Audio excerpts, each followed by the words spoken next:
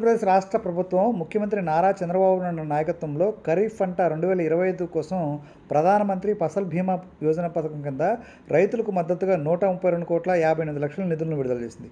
ఈ నిధులు రాష్ట్ర వాటాగా 50% ప్రీమియం సబ్సిడీగా చెల్లించడానికి ఉపయోగపడతాయి. తద్వారా రైతులకు పంటల బీమా పథకంలో సకాలంలో సమర్థవంతంగా అందించబడతాయి.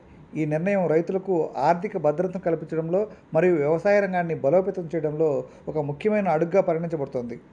ప్రధానమంత్రి ఫసల్ బీమా యోజన 2016లో కేంద్ర ప్రభుత్వం చేత ప్రవేశపెట్టబడిన ఒక ముఖ్యమైన పంటల బీమా పథకం. ఈ పథకం రైతులకు సహజ విపత్తులు, పంటల నష్టము లేదా ఊహించిన సంఘటనల వల్ల ఏర్పడే ఆర్థిక నష్టాల నుంచి రక్షణ కల్పించడానికి రూపొందించబడింది. ఈ పథకం కింద రైతులు తక్కువ ప్రీమియం చెల్లించడం ద్వారా తమ పంటలకు బీమా సౌకర్యాన్ని పొందవచ్చు. ప్రీమియం మొత్తంలో కేంద్ర ప్రభుత్వం, రాష్ట్ర ప్రభుత్వాలు సమాన వాటాను 50-50 రేషియోలో సబ్సిడీగా అందిస్తున్నాయి.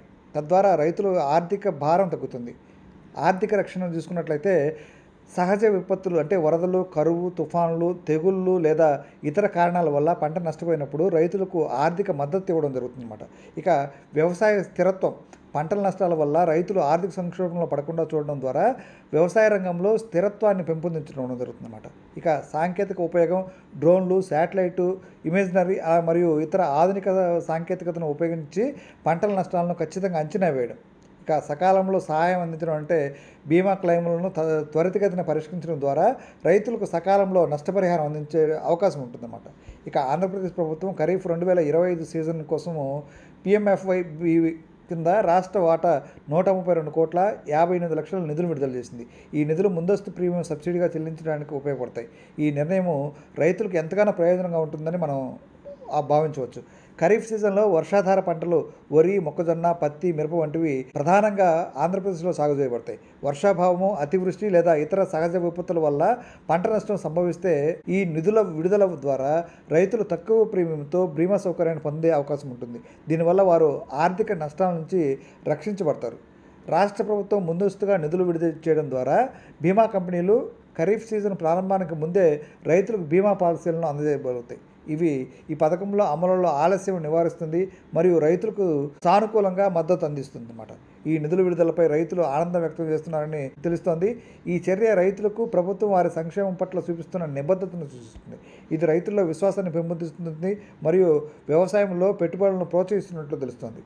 ఇక ఈ PMFBY కింద ప్రీమియం సబ్సిడీలో 50% రాష్ట్ర ప్రభుత్వం, మరో 50% కేంద్ర ప్రభుత్వం భరిస్తున్నాయి.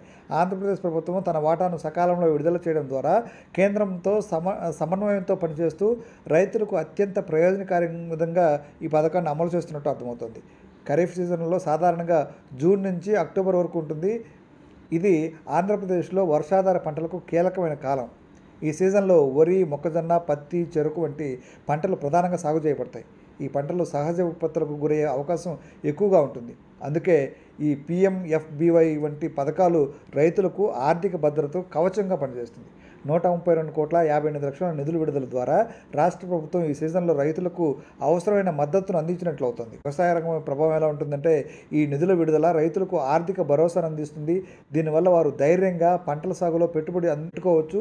ఇది ఉత్పాదకతను పెంచుకోవడానికి మరింత రాష్ట్ర వ్యవసాయ ఆర్థిక వ్యవస్థను బలోపేతం చేయడానికి దోహదం చేస్తుంది. పంట నష్టం సంభవించినప్పుడు బీమా పథకం ద్వారా నష్టపరిహారం అందించడం వల్ల రైతులు ఆర్థిక సంక్షోభంలో పడకుండా రక్షించబడతారు. ఇది వారి జీవన ప్రమాణాలను ఎంతగానో కాపాడుతుందని చెప్పవచ్చు. రాష్ట్ర ప్రభుత్వం ఈ చర్య వల్ల రైతుల సంక్షేమం పట్ల తన నిబద్ధతను చాటినట్లయింది.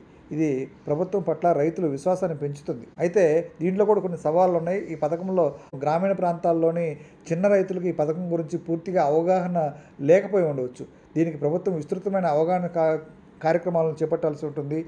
క్లెయిమ్ల పరిష్కారంలో ఆలస్యం జరిగే అవకాశం ఉంటుంది. గతంలో కొన్ని సందర్భాలలో బీమా క్లెయిమ్లు పరిష్కారంలో ఆలస్యం జరిగినట్లు ఫిర్యాదులు ఉన్నాయి. దీన్ని నివారించడానికి ఆధునిక సాంకేతికతను ఉపయోగించి పారదర్శక వ్యవస్థను అమలు చేయాల్సి ఉంటుంది. ఇక సబ్సిడీ సమర్థవంతమైన ఉపయోగం ఉంది. విడుదలైన నిధులు సమర్థవంతంగా, పారదర్శకంగా ఉపయోగపడేలా ప్రభుత్వం గట్టి చర్యలు చేపట్టాలి. ఓవరాల్గా మాట్లాడుకున్నట్లయితే ఆంధ్రప్రదేశ్ ప్రభుత్వం ఖరీఫ్ పంట 2025 కోసం ప్రధానమంత్రి ఫసల్ బీమా యోజన కింద 132,58,00,000 నిధులను విడుదల చేయడం రైతులకు ఆర్థిక భద్రతను అందించడంలో ఒక ముఖ్యమైన ఘట్టం అని చెప్పాలి. ఈ నిర్ణయం రైతులకు సకాలంలో బీమా సౌకర్యాన్ని అందించడమే కాకుండా వ్యవసాయ రంగంలో స్థిరత్వాన్ని మరియు రైతుల విశ్వాసాన్ని పెంపొందిస్తుంది.